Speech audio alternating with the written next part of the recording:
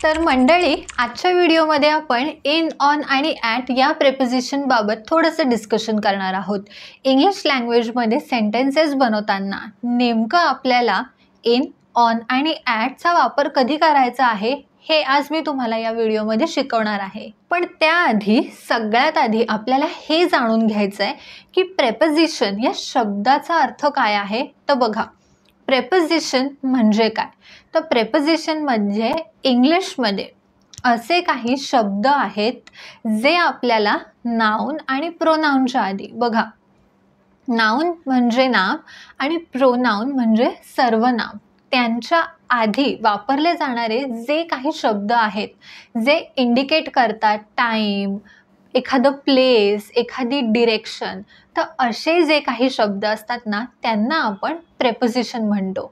बघा, एकदम सिंपल सांगायला गेलं तर जसं in, on, at, out of असे बरेच शब्द आहेत जे प्रेपोजिशनच्या लिस्ट अंडर येतात. आणि आजच्या व्हिडिओमध्ये आपण स्पेसिफिकली इन, ऑन आणि ॲट या 3 प्रेपोजिशन्सबाबत शिकणार आहोत, कारण हे 3 जितके बेसिक आहेत तेवढे जास्त महत्त्वाचे सुद्धा आहेत.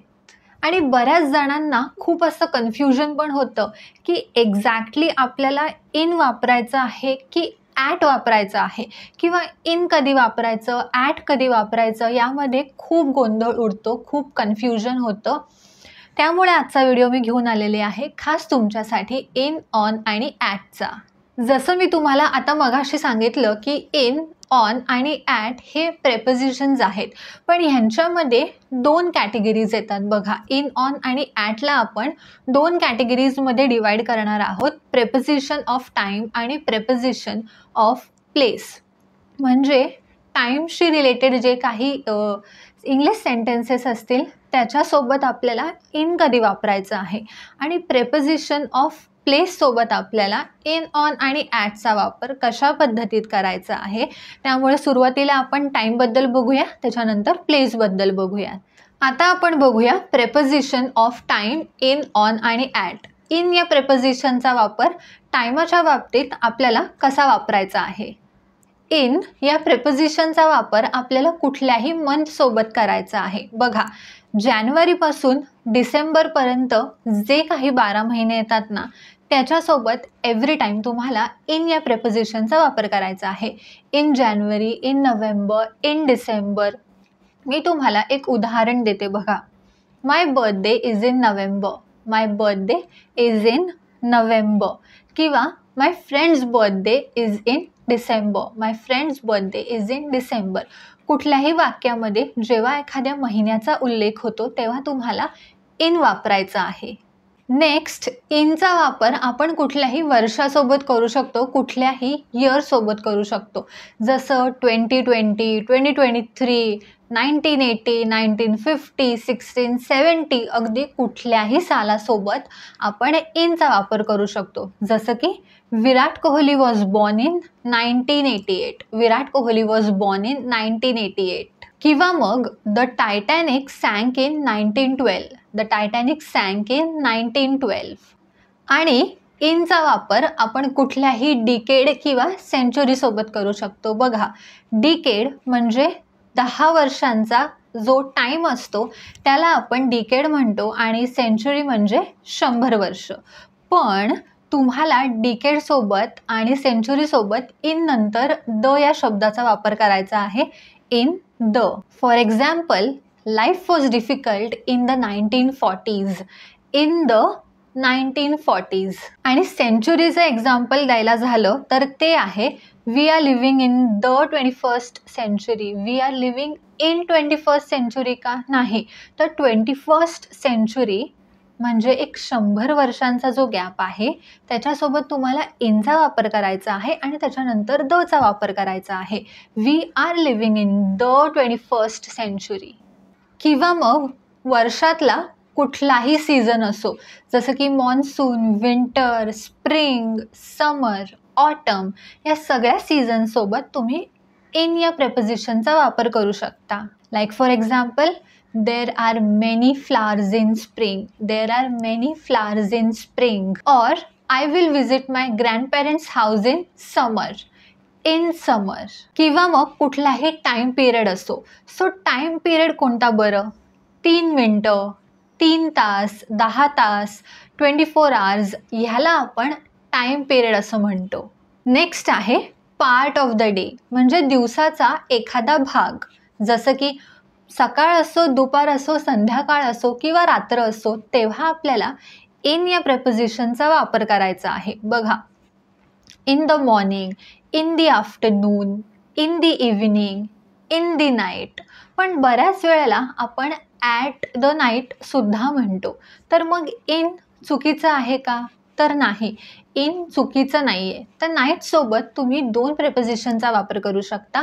इनचा पण करू शकता आणि ॲटचा सुद्धा वापर करू शकता, डिपेंडिंग अपॉन तो सेंटेन्स कसा आहे, सेंटेन्स काय आहे त्याच्यावर डिपेंड करतं की नाईटसोबत आपल्याला इन वापरायचं आहे की ॲट वापरायचं आहे. आणि अजून एक सगळ्यात महत्त्वाची गोष्ट अशी आहे की तुम्हाला मॉर्निंग, आफ्टरनून आणि इव्हिनिंगसोबत इनचा वापर तर करायचाच आहे, पण दोघांच्यामध्ये जसं आपण डिकेड आणि सेंचुरीच्यामध्ये दचा वापर केला होता, इकडेसुद्धा तुम्हाला दचा वापर करायचा आहे. In the morning, in the evening, in the afternoon. पण आपल्याला नाईटसोबत कुठल्याही आर्टिकलचा वापर करायचा नाही आहे. सो द काय आहे?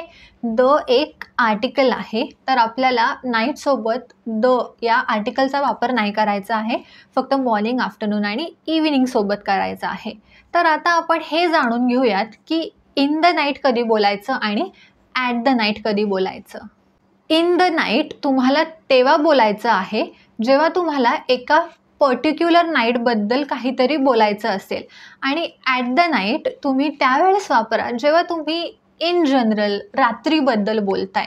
मी तुम्हाला एक्झाम्पलद्वारे सांगते बघा. I was awake in the night thinking about all the things that have happened. त्या रात्री मी जागी होते आणि विचार करत होते त्या सगळ्या गोष्टींचा. म्हणजे मी एका पर्टिक्युलर स्पेसिफिक नाईटबद्दल सांगते की हो, मी त्या रात्री जागे होते जेव्हा मी खूप असा माझ्या मनामध्ये विचार करत होते. आणि दुसरं वाक्य आहे, it's not safe to travel at night, the officer said. बघा, it's not safe to travel at night. मी कुठल्याही एका पर्टिक्युलर नाईटबद्दल बोलते का? नाही, मी इन जनरल नाईटबद्दल बोलते. इन जनरल मी रात्रीबद्दल बोलते की रात्रीचा प्रवास जो आहे तो सेफ नसतो. त्यामुळे इथे मी ॲटचा वापर केला आहे. आणि जर मला एका पर्टिक्युलर नाईटबद्दल बोलायचं असेल तर मी इन या प्रेपोजिशनचा वापर करणार. आता एक एक्सेप्शन आहे. बघा, पार्ट ऑफ द डेमध्ये मी तुम्हाला सांगितलं मॉर्निंग असो, इव्हिनिंग असो किंवा मग आफ्टरनून असो, त्याच्या आधी जर तुम्ही कुठला तरी एखादा पर्टिक्युलर दिवस सिलेक्ट केला, जसं की मंडे मॉर्निंग, तर तुम्हाला इन या प्रेपोजिशनचा वापर न करता तुम्हाला ऑन या प्रेपोजिशनचा वापर करायचा आहे. On Monday morning, on Friday evening. Like for example, we will have a party on Friday evening. We will have a party on Friday evening. Or our flight leaves on Monday morning. Our flight leaves in Monday morning का? नाही. तर मॉर्निंगच्या आधी in तर येणारच, पण त्याच्या आधी बघा तुम्ही मंडे वापरला आहे, त्यामुळे मंडे मॉर्निंगच्या आधी तुम्हाला ऑन या प्रेपोजिशनचा वापर करायचा आहे. Our flight leaves on Monday morning. किंवा मग कुठलाही एखादा लॉंग पिरियड असतो, like for example in the past, in the present, in the future, in the ice age. तुम्हाला जो शब्द आहे ना त्याच्या उच्चारावर सुद्धा लक्ष ठेवायचं आहे. आणि त्याच्याबद्दल ऑलरेडी एक व्हिडिओ आपल्या चॅनलवर आलेला आहे की द या शब्दाला द कधी म्हणायचं आणि दी कधी म्हणायचं. तुम्हाला जर तो व्हिडिओ बघायचा असेल तर इकडे वर आय बटनवर मी त्या व्हिडिओची लिंक दिलेली आहे. हा व्हिडिओ बघून झाल्यानंतर तुम्ही तो व्हिडिओसुद्धा चेकआउट करा, खूप इम्पॉर्टंट आहे. आता नेक्स्ट आपण वळूया ऑनकडे. तर ऑन आपल्याला कधी वापरायचं आहे? तर ऑलमोस्ट 3च कंडिशन्स आहेत जेव्हा आपल्याला ऑन या शब्दाचा वापर करायचा आहे. जसं की कुठलाही दिवस असो, लाईक मंडे टू संडेपर्यंत कुठलाही दिवस असो, तेव्हा आपल्याला ऑन वापरायचा आहे. Like I will meet you on Monday, I will meet you on Monday. किंवा मग where were you on Friday, where were you on Friday. तर फ्रायडे असो, मंडे असो, ट्यूजडे असो, कुठलाही दिवस असो, तुम्हाला ऑन वापरायचा आहे. त्याच्यानंतर एखादी स्पेसिफिक तारीख असेल त्यावेळेससुद्धा तुम्हाला ऑन बोलायचं आहे. लाईक नॉट ओनली 22, ओके, फक्त 22 नाही, 22nd, on 22nd. In 22nd आपण म्हणतो का? नाही. On 22nd, on 23rd, on 24th, on 1st of October, on 25th of December. जसं की the exam is on the 16th, the exam is on the 16th. किंवा मग his birthday is on March 25th, his birthday is in March 25th का? नाही. तर तुम्हाला on वापरायचं आहे. His birthday is on March 25th. त्याच्यानंतर कुठलाही एखादा हॉलिडेचा दिवस असो, जसं की आता बघा क्रिसमस येतोय, तर तुम्हाला जर काही बोलायचं असेल तर तुम्ही क्रिसमसच्या आधी ऑन या शब्दाचा वापर नक्की करा. We will meet on Christmas eve, we will meet on Christmas eve. त्याच्यानंतर आपण बघूया की आता आपल्याला ॲट कधी वापरायचा आहे. सगळ्यात पहिला आपला ॲटचा जो यूज आहे तो आहे any time of the day, any time of the day.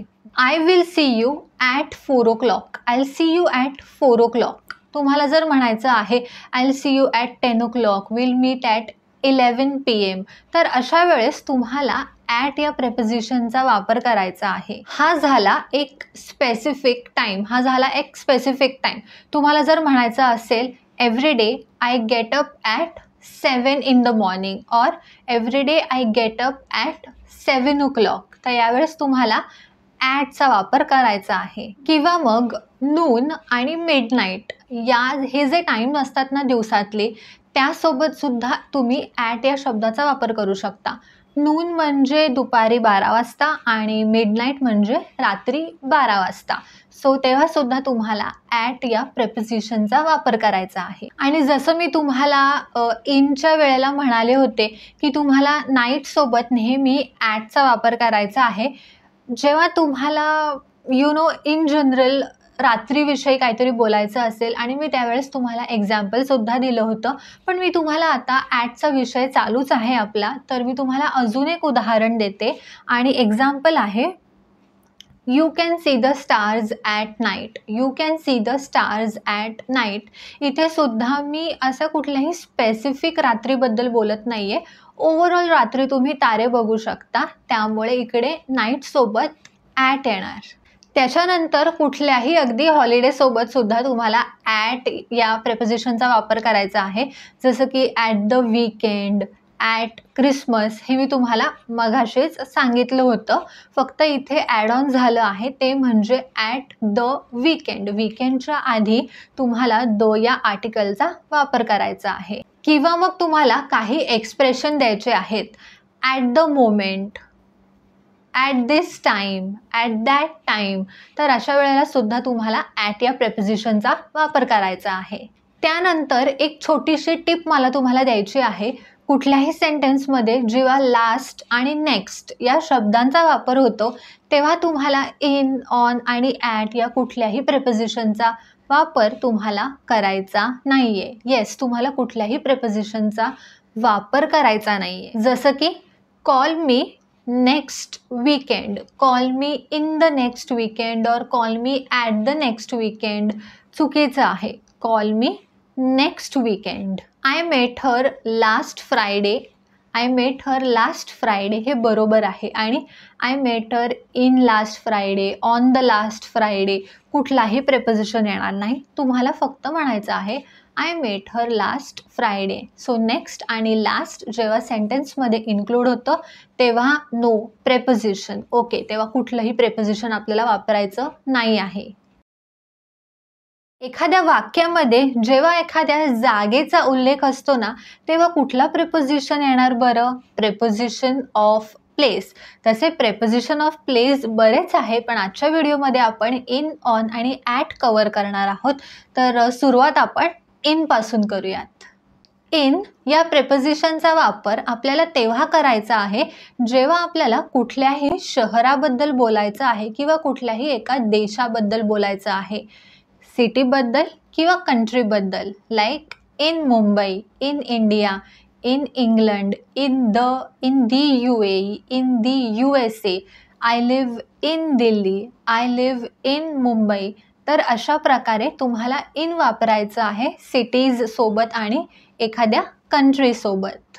आणि जर समजा तुम्हाला या अख्ख्या जगाबद्दल बोलायचं आहे तर तुम्हाला बोलावं लागेल in the world. In the world, I am the greatest in the world, I am the greatest in the world. म्हणजे वर्ल्डसोबत तुम्हाला द या आर्टिकलचा वापर हा करायचा आहे. त्याच्यानंतर 3D स्पेसबद्दल जर तुम्हाला बोलायचं असेल तेव्हासुद्धा इन प्रेपोजिशनचा वापर होणार.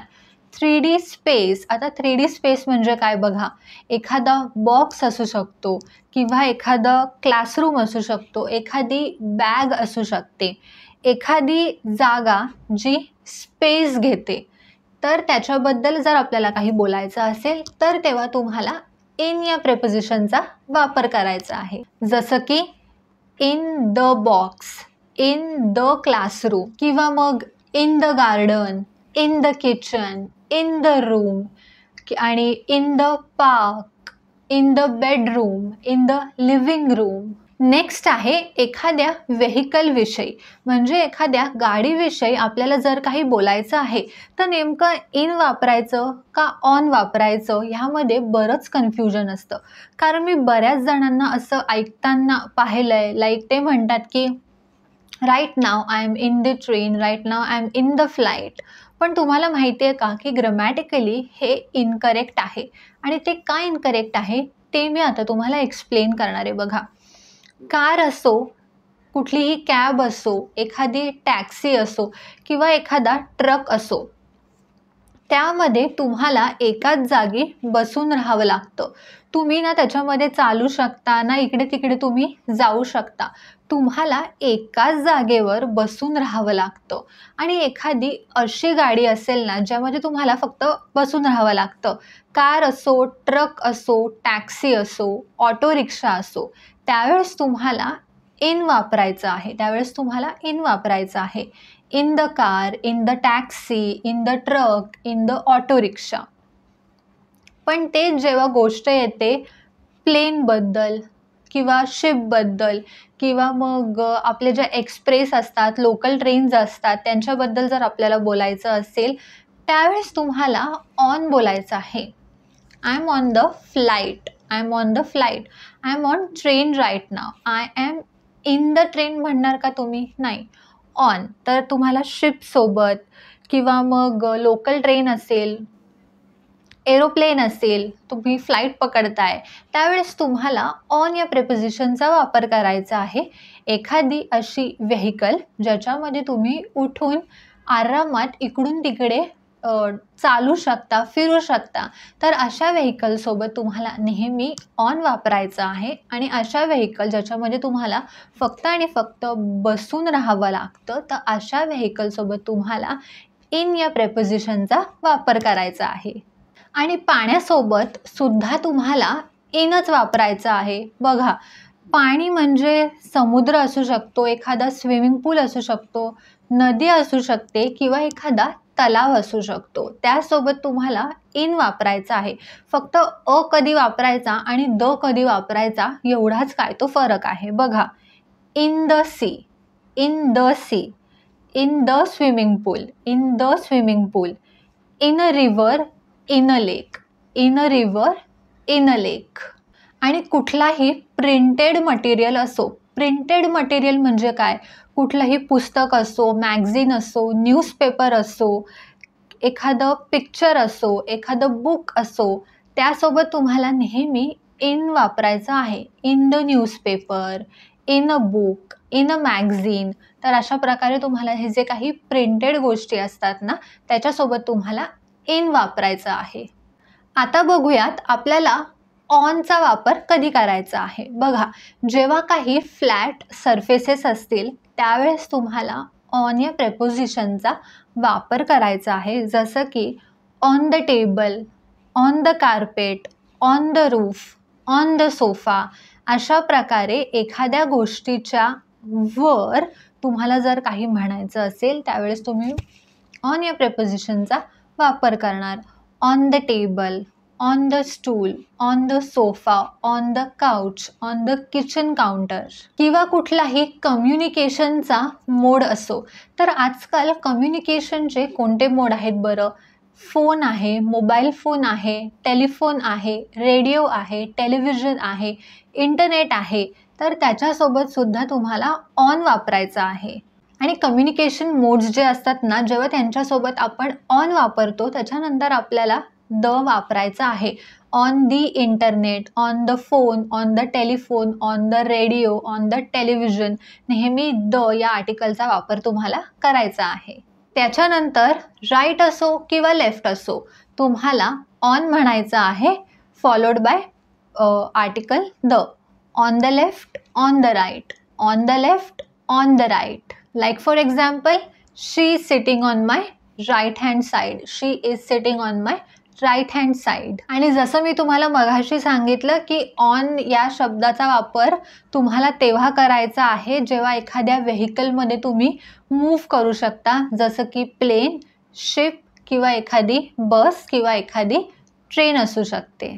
त्याच्यानंतर आता आपण बघूया की आपल्याला ॲट या प्रेपोजिशनचा वापर कधी आणि कसा करायचा आहे. सगळ्यात पहिलं आहे ग्रुप ऑफ ॲक्टिव्हिटीज. तर आता ग्रुप ऑफ ॲक्टिव्हिटीज म्हणजे काय? एखादी पार्टी असेल, एखादा सिनेमा हॉल असेल किंवा मग एखादं कॉन्सर्ट असेल. At a party, at a concert, at the cinema, at the cinema. त्याच प्रकारे स्कूल असो किंवा युनिव्हर्सिटी असो तुम्हाला ॲट बोलायचं आहे. At school, at university.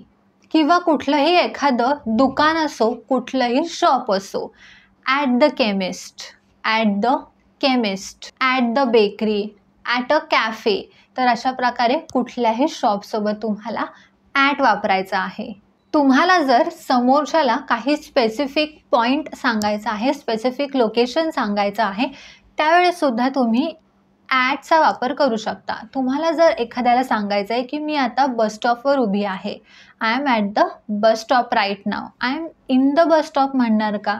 नाही, I am at the bus stop right नाव.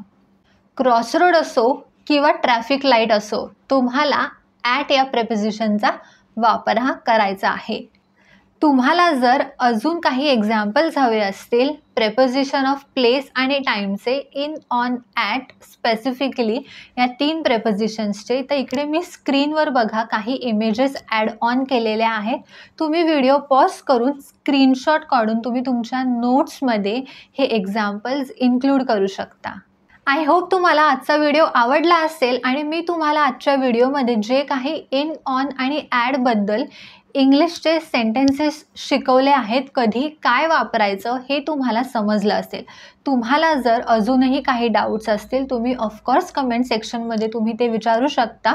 मी तुमचे सगळे डाऊट्स, सगळे क्वेरीज तुमचे सॉल्व्ह करेन. हा व्हिडिओ तुम्हाला आवडला असेल तर व्हिडिओला नक्की लाईक करा, या चॅनलला सबस्क्राईब करा, कारण आपला हा जो चॅनल आहे तो एकदम फ्री ऑफ कॉस्ट आहे. त्यामुळे त्या लोकांपर्यंत सुद्धा तुम्ही या चॅनलला शेअर करा, या व्हिडिओला शेअर करा, माझ्या इतर व्हिडिओजला शेअर करा ज्यांना मराठीतून इंग्रजी शिकायचं आहे आणि ते पण घर बसल्या एकदम फ्री ऑफ कॉस्ट, 1 रुपयाही खर्च न करता. तुम्ही माझा व्हिडिओ शेवटपर्यंत बघितला त्यासाठी खूप खूप धन्यवाद. आपण भेटूया आपल्या पुढच्या व्हिडिओमध्ये, पण तोपर्यंत कीप प्रॅक्टिसिंग इंग्लिश. आणि खाली डिस्क्रिप्शन बॉक्समध्ये इतर व्हिडिओजच्या सुद्धा लिंक्स दिलेल्या आहेत, त्यामुळे त्या चेकआउट करायला विसरू नका. सो आपण भेटूया आपल्या पुढच्या व्हिडिओमध्ये. तोपर्यंत keep practicing English. Have a nice day and take care.